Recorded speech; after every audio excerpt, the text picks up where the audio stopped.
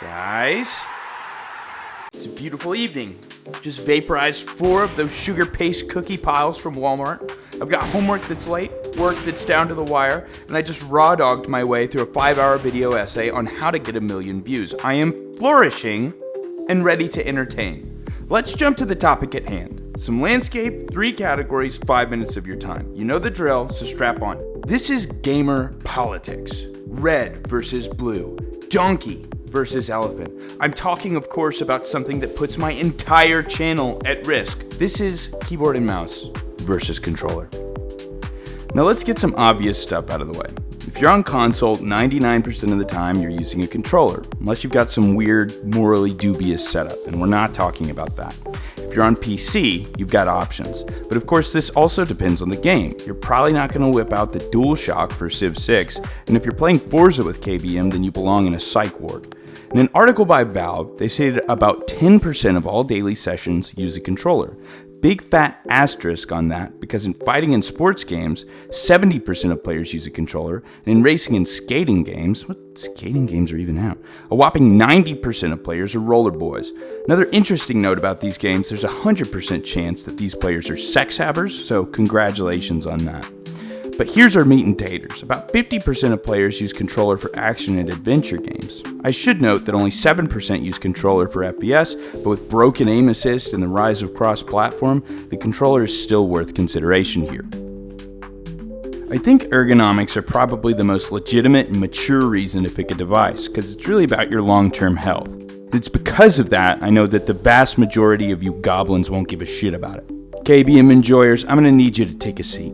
I've got some tough news for you. The medical consensus is that controller is better for your long-term health, largely because of hand placement and flexibility in how you sit. That's right, KBM is the health equivalent of Newport 100s, but it's also the cool equivalent of Newport 100s, so you'll look amazing when you're putting that Bengay on in your mid-30s.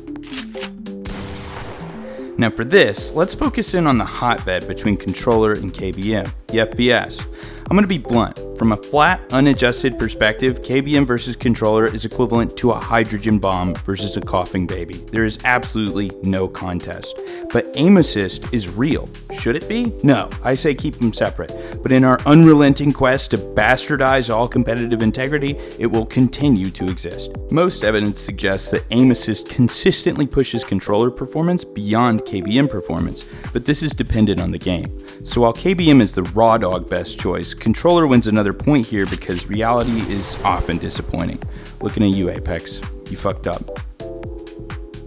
Unless you're on the pro circuit of whatever you play, or you're some kind of kawaii streamer, odds are nobody that sees your gamer gear is going to care at all.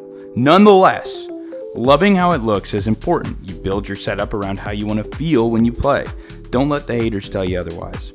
Now this one's neck and neck, but I'm giving it to KBM because there seemed to be more and higher quality options when I looked online 5 minutes ago. Technically, controller wins. So should you stop using KBM?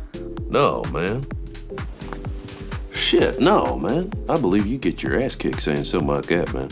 I can barely aim as is with the mouse, and using a controller feels like playing through a cardboard tube.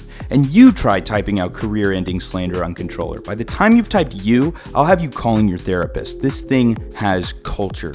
Use what you like, and don't take internet people's opinions seriously. I'm not even real. I'll see y'all next time.